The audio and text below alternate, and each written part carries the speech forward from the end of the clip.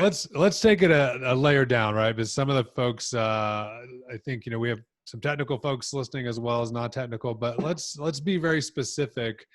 Um, Dimitri, from businesses, the things that they should truly do from an operational continuity, productivity.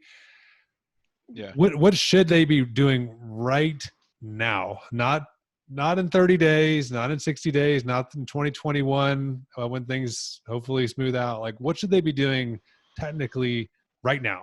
Yeah, so there are several things that I'll get to I'll start with the highly tactical, right, and then I'll kind of pop the stack and we'll talk a little bit more high level. So by now, if you don't have multi-factor authentication enabled on your either email, remote access, whatever cloud applications that you're using, you're absolutely insane. And I'm saying that as a vendor that does not sell multi-factor authentication, go to any of those other vendors, do that thing first, please, and I'll explain why in a little. Keep coming back to this of why this matters. Multi-factor authentication right now is the most basic hygiene that you can possibly have with remote work. This will protect you from phishing email, credential theft, which can lead to business email compromise, or it can lead to actual, breaches, right? Because we're now working from home, we're relying on logging in. I'm logging in from my personal PC.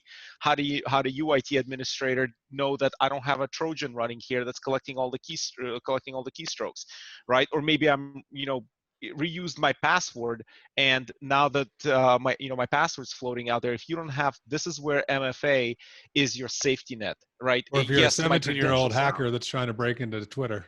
Yeah, there you go, right? But it's MFA, number one.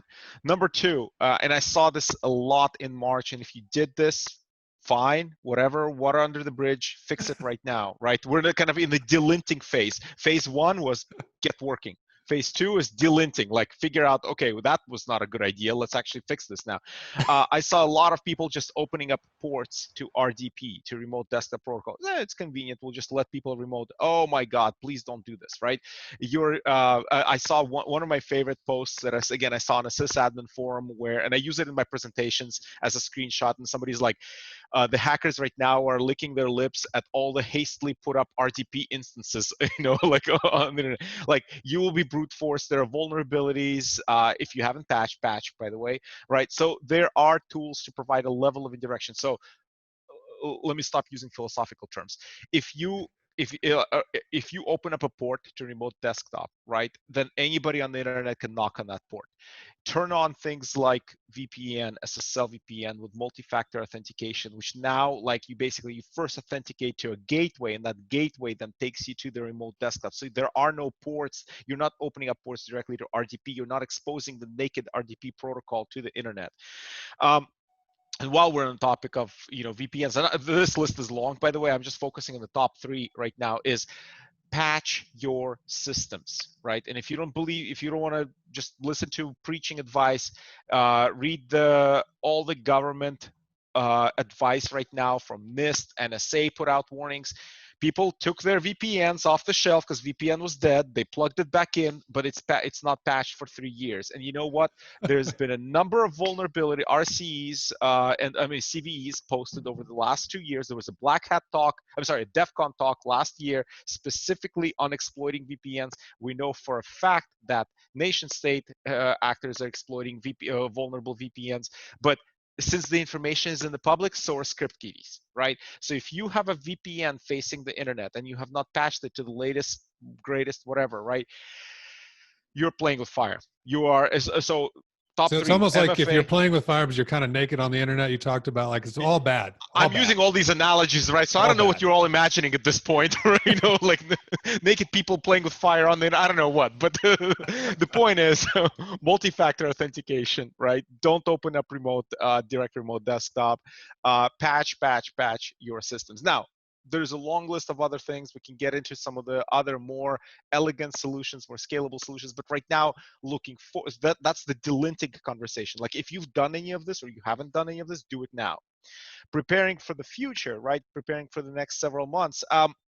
there are kind of there's some pedestrian advice, sort of like, look, most of your vendors have some sort of plans or some sort of programs to help you. Like many people actually have like VPN appliances, for example.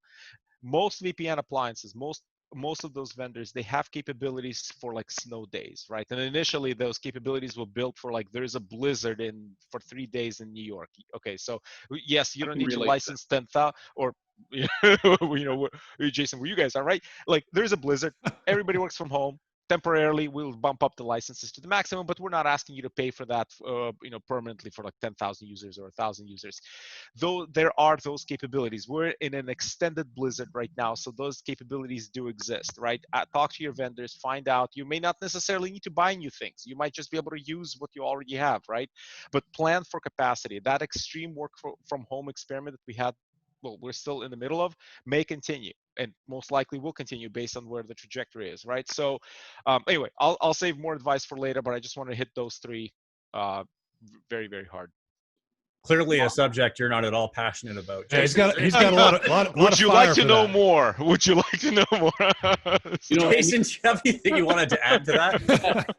Even to add on to that a little bit, so we're at that phase right now where, I mean, obviously, just like Dimitri said, we've got to patch things, two-factor authentication, clean up the firewall ports. Let's unwind some of the things that might have been maybe not necessarily so much best practice. But exactly. not only there, take it to the next level. Now that those practice or those components are in place, go back into the optimization piece of it. VPNs and deployments and the way that these solutions are laid out.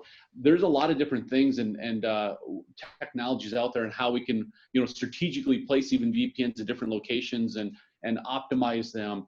And quite frankly, make redundancies in place, right? I mean, you need to, if these solutions are now what you're 100% relying on, probably a good idea to make sure that these solutions are a little bit more redundant than they were once in the past, where you were only using them every snow day or whatever it might have been. So definitely lots of opportunity there to help beef up that infrastructure. And there might be listeners out there right now who are like wondering, like, VPNs, even we had an analyst note that came out like, we thought VPNs were dead, and it had kind of this Monty Python moment. It was like, I'm not dead yet, I'm getting better, so but there are organizations that still use them. But if you're listening and you are an organization that doesn't use VPN, totally fine. That's, there are cloud native. There are companies that have transformed fully to SaaS services.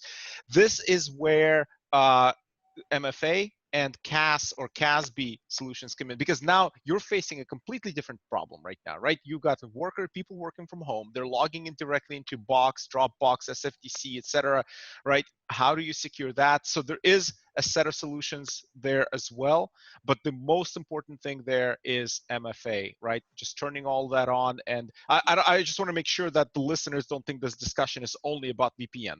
VPN is useful, right? Yeah. But there's also cloud and SaaS component as well.